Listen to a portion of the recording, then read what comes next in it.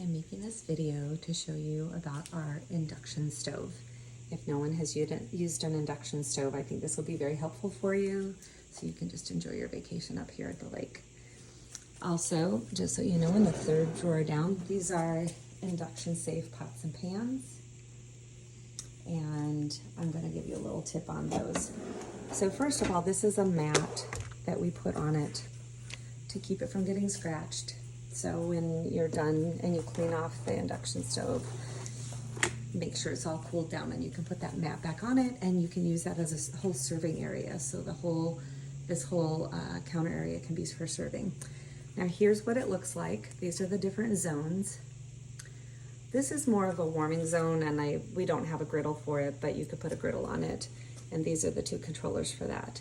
These controllers obviously get to those three. Here's how you push the power. You'll see like all of them light up. And then whichever one you decide you want to use, there's also an on and off. Sorry, there's a little bit of a glare here. You push the on button. You can just take your finger to move it. You see the infrared flame. So up, down.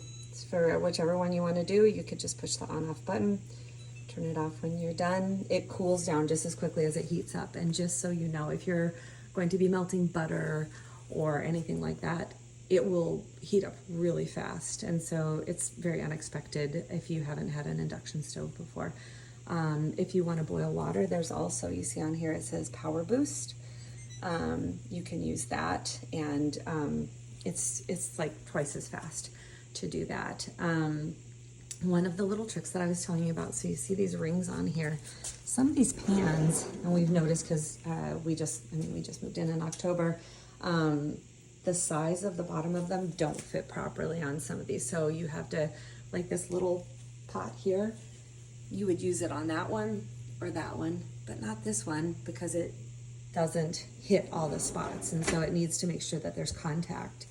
When you turn it off, you will see if the surface is still really hot, and it does cool down quickly, but if it's still really hot, it'll have, I don't know if you can see on here where the little, let's see, oops, power, where the numbers are, that'll show a large, like a capital H if it's really hot. If it's cooling down, it'll show a lowercase h, and then it'll just power off, and you won't have anything when it's cool. And it really, it cools down very quickly. So then what we typically do is use, to wash it off, just a Norwex cloth.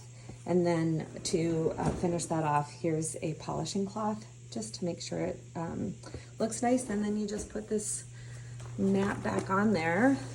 And like I said, this mat is perfect because this is a really nice counter. I mean, we have a center island in here where you can serve a lot of things, but this is, if people are eating there, making foods there, you can then serve everything right here.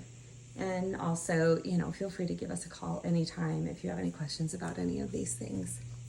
Enjoy.